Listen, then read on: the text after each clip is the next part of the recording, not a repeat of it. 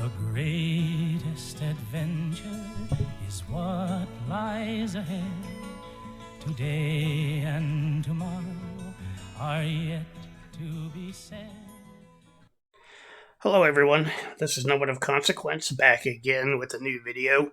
This is the 7th episode in a series which will recount my ongoing Dungeons & Dragons campaign, which, by the way, just recently entered into its 9th year. If you've been enjoying this series of videos, please consider hitting the like button, and also if you haven't yet, please consider subscribing to the channel as well. So, as always, just to start off, spoiler alert, in this video I will be talking about details which are found in this adventure module, so just be aware of that. So last time, you recall, the characters just barely escaped using a Halloween holiday item which they had received, and teleported back to the village of Hamlet. One thing I forgot to mention in this particular screenshot is their escape literally came down to an initiative roll. If you look there on the right hand side, you can see 2 die rolls, one by me, which is a result was a 4, and then the character's result of 5. In BX, they call for using a D6 to roll initiative, but I like to use a D10 because it reduces the chances of a tie. And I also do group initiative as well. So as you can see here, the characters beat me by 1 in their initiative roll, and thus got to act first, and that was what allowed them to escape just in the nick of time. So I just wanted to point out how that really came down to the wire on them getting away. And then, of course, I used this scene last time as well, when the characters had gotten back to the inn and were talking about what had happened, and Gorbadoc the Halfling down there, as usual, entertaining the locals.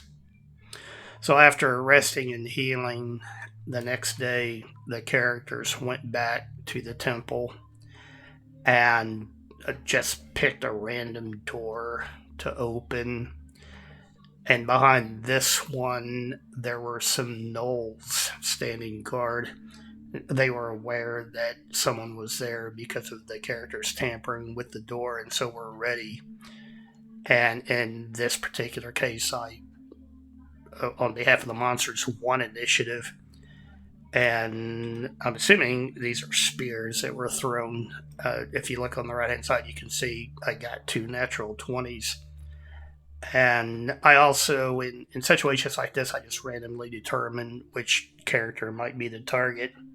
And in this case, it was Gorbadoc the Halfling, because you can see there his health bar is significantly reduced, and rather than charging into the room, he has judiciously decided to break off to the left there. The characters advanced into the room and a general melee broke out. At this point, one of the characters deployed yet another holiday item that they had received. You know, the holiday items that you had seen before were all Halloween themed, but by this point in time, Christmas had come and gone, and so the characters has some Christmas themed items, and in this case, you can see the description there on the right hand side. I think it was Obrak the dwarf that deployed this particular thing, and you can see it there on the map on the left. So the characters fought these gnolls, won through, and went into the adjacent room where more gnolls were waiting. And in this room, if you're familiar with the module, there's a large net trap which the gnolls deployed and caught most of the characters. You can see Thorol there, who was not caught, and apparently Gorbadoc as well. He does not appear to be under the net. But the characters managed to win through this encounter. And again, if you're familiar with the module, there's a series of connecting rooms which have both these gnolls, and eventually it gets into ogres. And unfortunately, I do not have screenshots of those battles. Again, this is still relatively early in the campaign, and I had not yet fully developed the idea of taking continual ongoing screenshots to document the campaign. I still was only taking screenshots of significant events. And that's what you see here after dealing with the gnolls and the ogres. The characters eventually got into a section where there were humans waiting for them, and that's what this encounter shows. You see several, probably 0 level foot soldiers up front, and then more heavily armored leaders. And one of the leaders in this encounter has a magic item, a javelin of lightning, and he threw it at the characters. It went back there, discharged the lightning bolt, and you can see that Quint the cleric and Obrak the dwarf were caught up in it. And my memory is that Quint was relatively unscathed. He made a saving throw. Obrak did not fare so well, and in fact, I do saving throws. For if you as a character fail your saving throw, then your items that you're carrying and wearing have to make saving throws as well. And Obrak lost some significant items in this encounter, as I recall. However, the characters eventually won this battle. I don't remember how. There must have been some area of effect attack that they were able to use to take these people out. But one thing that they had noted that these soldiers were all carrying shields that had a black triangle on them. That was a recurring theme in everything that they were fighting at this point. So clearly they were all, associated in some way, and that was represented by this black triangle device that they were wearing or carrying in different configurations. So after that encounter, the characters left off that section and went back to a different section of the dungeon. And they came across a door that was locked and barred from the outside, which would imply that whatever is beyond the door is not meant to get out. And so they managed to open up that door, and inside they found a bunch of human prisoners, well, mostly human prisoners. There were several adult males all shackled and chained along the wall. And then in the middle of the room, there were some adult females who were not chained up, and also a female child as well. And they all told a similar story of that they were more or less locals in the surrounding region, villagers, farmers, woodsmen, and so forth, and were surprised and captured by raiding parties and brought here and put in this cell. And so, with all of these prisoners that needed to be rescued, the characters decided to leave off exploring the dungeon and instead get them out of here, which they did. They escorted all of these prisoners back to the surface. Most of them said that, now that they had been freed, they felt confident in finding their way back home again. However, a few decided to stay with the characters and they all went back to the village of Hamlet in the inn. One of which, if you look on the right-hand side, you'll see a character named Miles. He said that he was a river boat crewman who was from the village of Nulb. And rather than going back there, he decided that he would hire on with the characters and help them. And then there in the bottom center, there's a child, a girl who I think the characters picked out the name Newt for. I didn't have a name for her, and if you're a fan of certain 80s movies, and you can probably figure out where that name came from. But there was a little girl, Newt. And then finally, next to her, you can see a character named O'Rourke. And he was an elf. And he is actually a new player character who is going to be joining the party, and being in the prison cell was a way of introducing him into the group. So they needed to get the little girl Newt back home, and as it turns out, she lived quite a ways away. If you look on this map, you can see all of the familiar locations in the bottom left-hand corner. And Newt told the characters that she actually was originally is from Twilight Falls, the village of Twilight Falls, which is in the far upper right corner. And using the scale, you can see it's about 40 miles away. And so obviously she could not get back home again on her own. So what the characters did was they talked to Elmo. You can see him there. And they offered to pay him if he would agree to escort Newt back to her home. And they also were going to send Jasmine and Quan, the wagon drivers, along to help out. At this point, Elmo is still not really revealed himself for his true identity. The characters know about his brother Otis in the village of Nulb, but Elmo is still essentially portraying himself as the, kind of the ne'er-do-well of the family who enjoys spending most of his time hanging out at the inn and getting free drinks. And so that was the incentive that the characters offered Elmo, is he would get plenty of eating and drinking money if he would agree to take Newt back home. So he agreed to do that, and they would leave the next morning.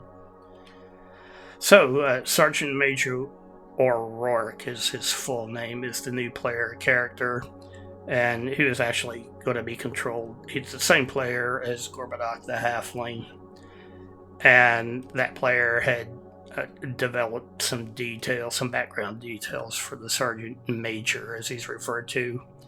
He's an elf who served for many years as a mercenary in whatever army he could hire on with.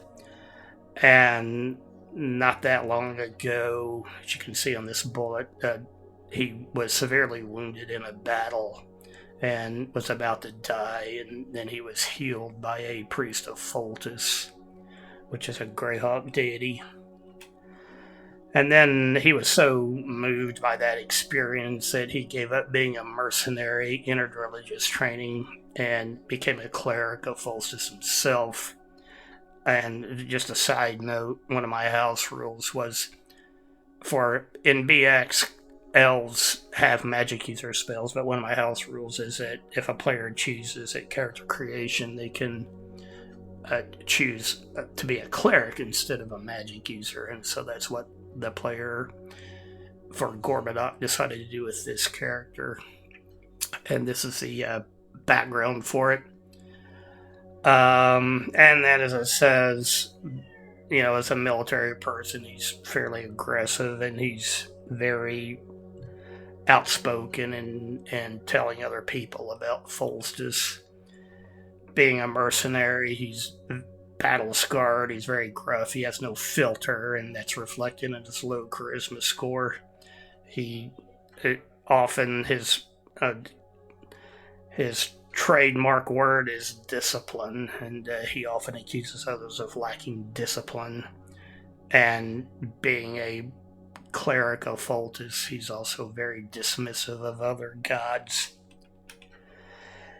And finally, even though he no longer works as a mercenary, he still insists on being called Sergeant Major. And as I noted there, he doesn't even remember what his original name was. It's just Sergeant Major O'Rourke, or usually just the Sergeant Major is what he goes by.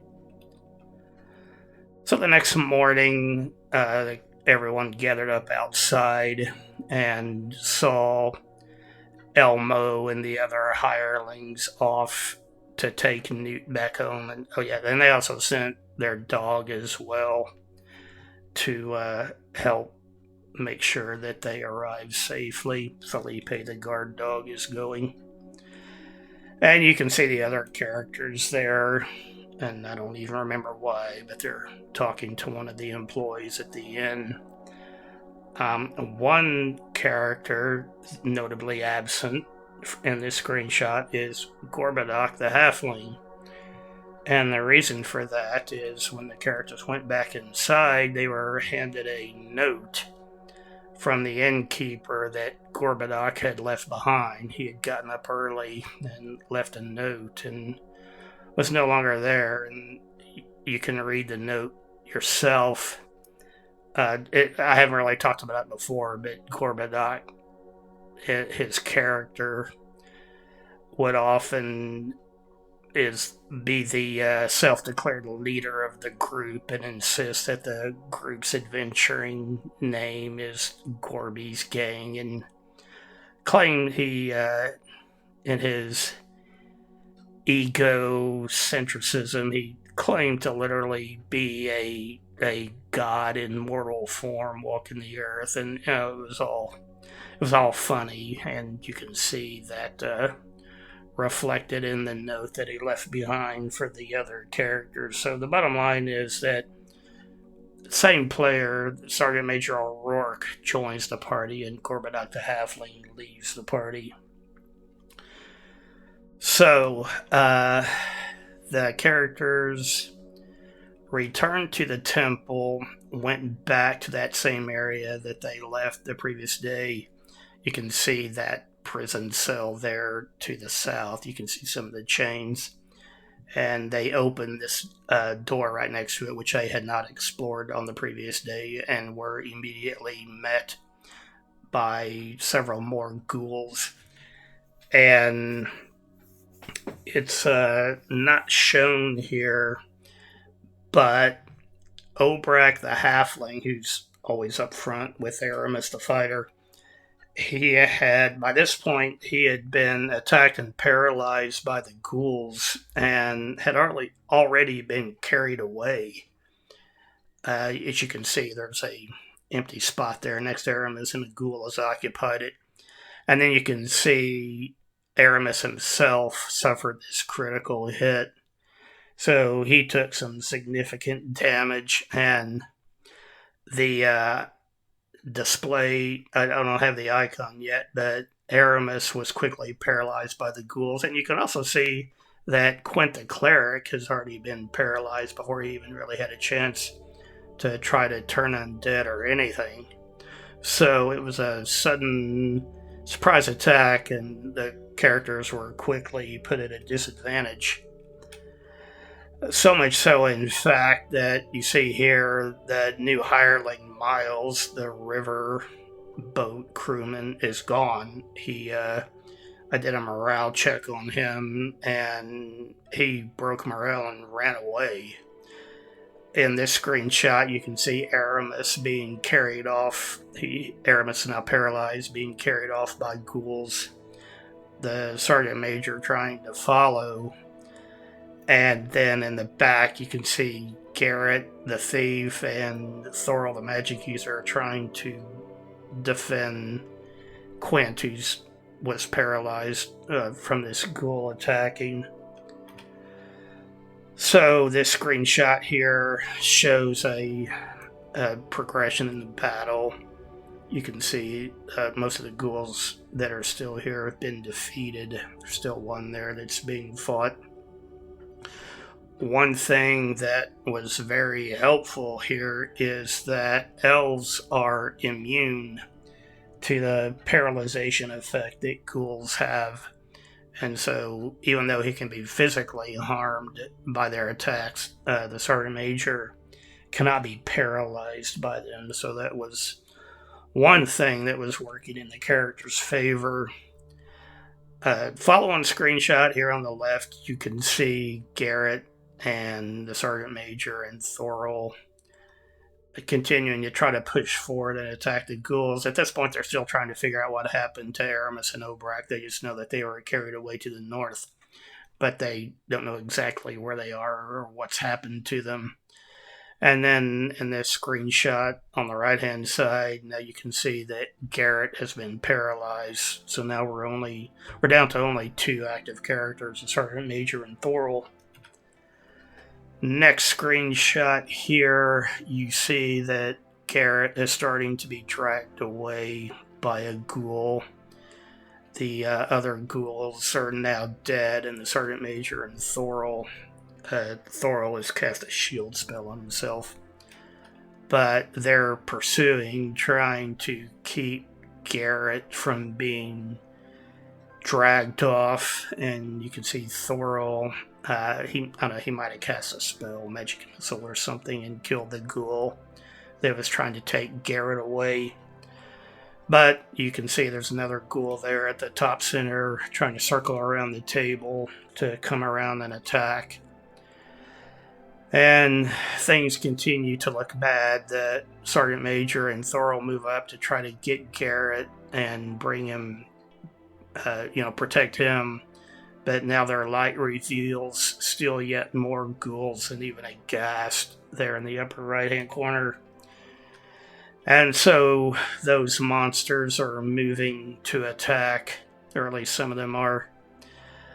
And you can see that Thorol has taken some damage. His health bar is getting low, and really only the Sergeant Major is relatively unscathed at this point. I don't remember the details. This was so long, it was several years ago. The Sergeant Major might have finally managed to do a turn undead, because on the left-hand screenshot here, you can see the Sergeant Major is slowly trying to fall back, and I'm sure he's pushing along as best he can. Thorol and Garrett, who are, as you can see, are still paralyzed, and trying to slowly retreat from the ghouls. And then on the right-hand screenshot, you see that the only place he could find was the prison chamber that the characters had just discovered the day before. So the Sergeant Major got Garrett and Thorol inside there, and if you recall from several screenshots back, Quint, the cleric, was paralyzed just outside the door. And so the Sergeant Major put the characters in there, shut the door, and really all he could do at this point was just pray that the ghouls either were too afraid to come back down this far, or if they did, that they didn't think to look in this room, because at this point all the Sergeant Major can do is just hide in here and wait for the paralyzation to wear off of those other characters. So at this point, this is the current status of all the characters. You have Aramis is missing, Obrak is missing, Quint, Thorol, and Garrett are all paralyzed. The only character that is still able to act at this point is the Sergeant Major himself. So again, things are not looking very good for the characters. Alright, so that's all I have for this episode. Again, if you're enjoying this series of videos, please consider giving it a like, and also, if you would, subscribe to the channel, and I would really appreciate it. Thanks again.